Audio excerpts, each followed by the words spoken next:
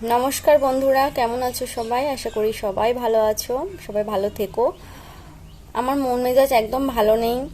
কালকে আমার বরের সাথে একটু ঝগড়া হয়েছিল, প্রচণ্ড পরিমাণে ঝামেলা হয়েছিল। আমার চোখ মুখ দেখে তোমরা বুঝতে পারছো। একটা শর্ট ভিডিও আমি পোস্ট করেছি, তো তোমরা দেখেছো কি আমি জানি না। চোখ মুখ প্রচণ্ড পরিমাণে ফুলে গিয়েছিল, আমার তো ভীষণ ভয়ও লেগে গিয়েছিল। মানে কাঁদছিলাম, তো কাঁদতে কাঁদতে চোখ মুখ ফুলে গেছে। সকালবেলা দেখি একটু কমেছে। তো যাই হোক, আজকে নীল পুজো তোমরা সবাই জানো। কে কে নীল পুজো করো অবশ্যই কমেন্টে জানিও। আমি তো করি, যতদিন বিয়ে হয়েছে আমি এই 3 বছর করছি। এবারটা ভেবেছিলাম যাবো না, শরীরটা ভীষণ খারাপ। কালকে থেকে শরীরটা ভীষণ খারাপ, গাটা একটু গরম গরম লাগছে। জানি না কান্নাকাটি করেছিলাম বলে কি, তাই জন্য কি আমি বুঝতে পারছি না। না গিয়েও থাকতে পারছি না, পুজো না দিয়েও থাকতে পারছি না। আসলে কি বলতো, যারা আমার ভিডিও দেখো তারা হয়তো জানবে যে আমি শিব ঠাকুরের ভীষণ ভক্ত, ওনাকে আমি খুব ভক্তি করি। তো সেই জন্য না গিয়েও থাকতে পারছি না। তাই ভাবছি যাবো, যতই কষ্ট হোক যাই হোক, বাবাকে গিয়ে একবার মনের কথা বলে আসব যে কিছু না দাও, মনে একটু শান্তি দিও।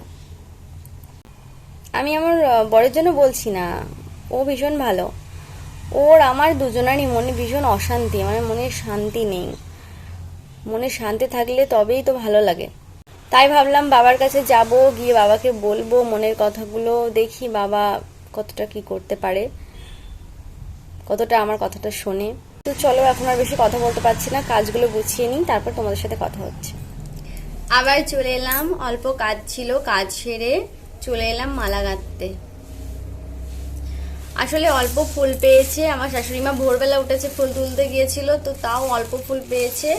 আর এই যে কয়েকটা জবা ফুল পেয়েছি। কি করব, এই কটাই ফুল পেয়েছি, সেই ফুল দিয়েই মালা গাঁথতে বসে পড়লাম। 4টে মালা গাঁথতে হবে, 2টো বড় আর 2টো ছোট, আমাদের বাড়ির ঠাকুরের জন্য আর 2টো মন্দিরের ঠাকুরের জন্য। ভাবলাম যে এবারটা বাড়িতেই করি, কারণ বাড়িতেও যেহেতু আমার ঠাকুর আছে, তো তারপর ভাবলাম যে বাড়িতে তো করি প্রত্যেক দিন, তো ওখানে যাই, মন্দিরে যাই, মন্দিরে গিয়ে বাবাকে ডাকলে হয়তো বাবা সন্তুষ্ট হবেন। তো সেই জন্য আমরা বেরিয়ে পড়লাম বাবার উদ্দেশ্যে। এইটুকু সময়ের ভিতর আমি কি কি করলাম সেটা আগে তোমাদের সাথে শেয়ার করে নিই।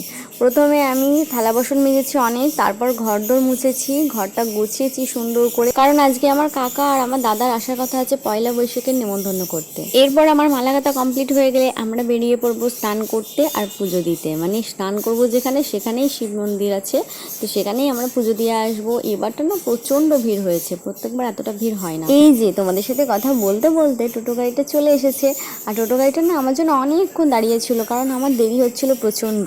আসলে ঘোড়াটাই খুঁজে পাচ্ছিলাম না।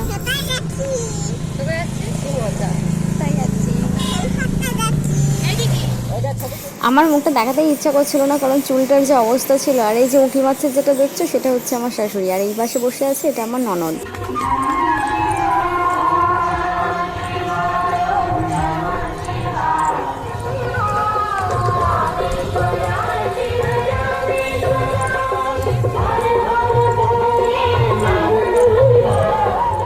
টোটো থেকে নেমে এবার হাঁটতে হাঁটতে যাচ্ছি গঙ্গা স্নান করবো বলে। দেখেছো কতটা ভিড় লেগেছে, গঙ্গার ঘাটের ওখানে প্রচন্ড ভিড়। তোমাদেরকে দুঃখের কথা আর কি বলি, আমি না ফোনটা নিয়ে গিয়ে পুরো ফেসে গেছি, ফোনটা রাখার জায়গা পাচ্ছিলাম না। আসলে কেউ তো এমন যায়নি যে স্নান করবে না, সবাই স্নান করবে, এবার ফোনটা আমি কোথায় রাখি। তারপর লাস্টে কি করলাম, একটা ক্যারি প্যাকেটের মধ্যে রেখে ঘোড়ার মুখে ফোনটা তুললাম। যদি আমি ভুলো মন করে ঘোড়াটা যদি তুলে নিতাম জল নেওয়ার জন্য, তাহলে কি হতো, গঙ্গার জলের মধ্যে ফোনটা পড়ে যেত, আর কোনোদিন আমি ভিডিও করতেও পারতাম না, আইডিটা খুঁজেও পেতাম না। আর ওই যে দেখো, আমার শাশুড়ি মা আমার মেয়েকে পুরো মানে আলগা করে দিয়েছে স্নান করাবে বলে। আসলে নীল ষষ্ঠীটা এমন দিন পড়েছে, সেটা হচ্ছে রবিবার, আর রবিবারে আমার মেয়ের জন্মবার। তো সেই জন্য আমিও মাথা ঘুরতে পারছিলাম না। আগে আমার মেয়েকে স্নান করিয়ে দিল, তারপর আমি স্নান করলাম। আমারও স্নান করা কমপ্লিট। আমার শাশুড়ি মা অনেকক্ষণ আমার মেয়েকে ধরেছিল, তো তারপর আমি বললাম যে এবার তুমি যাও, আমার স্নান করা হয়ে গেছে, আমি আমার মেয়ের কাছে দাঁড়াচ্ছি, তুমি আবার স্নান করে নাও। আজকে আমি 2টো ঘড়া এনেছি, কেন বলতো, একটা ঘড়ায় পঞ্চামৃত রেখেছি আর একটা ঘড়ায় গঙ্গার জল। মানে এই যে গঙ্গা জলটা নিয়ে যাচ্ছি, এই গঙ্গা জলের মধ্যেই ঢেলে নেব পঞ্চামৃত। আমি ভাবলাম বাবার জন্য আমি পঞ্চামৃত তৈরি করে নিয়ে যাচ্ছি, আগে সেটা মাখিয়ে স্নান করিয়ে তারপর গঙ্গার জলটা ঢালবো। কিন্তু তোমরা দেখতে পাচ্ছ এত ভিড়, ওখানে ভক্তি ভরে ভালোভাবে পুজো করা, মানে কি বলবো, এত ঠেলাঠেলি করছে, বাবার প্রতি কোনো ভক্তি নেই। জল ঢালতে পারলেই সবাই বাঁচে। মানে আমি আগে ছিলাম, সামনে ছিলাম, আমাকে ঠেলে একদম পেছনে করে দিল। তো যাই হোক, করে ঠেলাঠেলি করে পুজোটা তো সম্পূর্ণ হলো। তো তারপর আমার মেয়েকে আমি খুঁজে পাচ্ছি না, তারপর আমার মেয়েকে পেলাম, আমার মেয়ে ঘুমাচ্ছিল পিসি শাশুড়িদের বাড়িতে। তো এখানে আমরা টুকটুকিতে উঠে পড়েছি বাড়িতে যাব বলে। এদিকেও একটা ঝামেলা, ওদিকে ওরা খেতে ডাকছে আর আমরা তো যাব না, কেননা আমার মেয়ে আছে ওখানে, সেই জন্য আমার যেতেই হলো। আমরা গেছি হচ্ছে প্রায় তখন 11টা বাজে। আমার মেয়েকে একবার খাইয়ে নিয়ে গেছি আর এসছি আমরা তখন 2:30 বাজে, মানে বুঝতে পারছো। ততক্ষণ আমার মেয়ে পুরোই না খেয়ে। আর এই যে এখন নামলাম টুকটুকি থেকে, এই যে বাড়ি এখন গিয়ে বাড়ি ঠাকুরটাকে পুজো করে তারপর আমার মেয়েকে খাওয়াবো।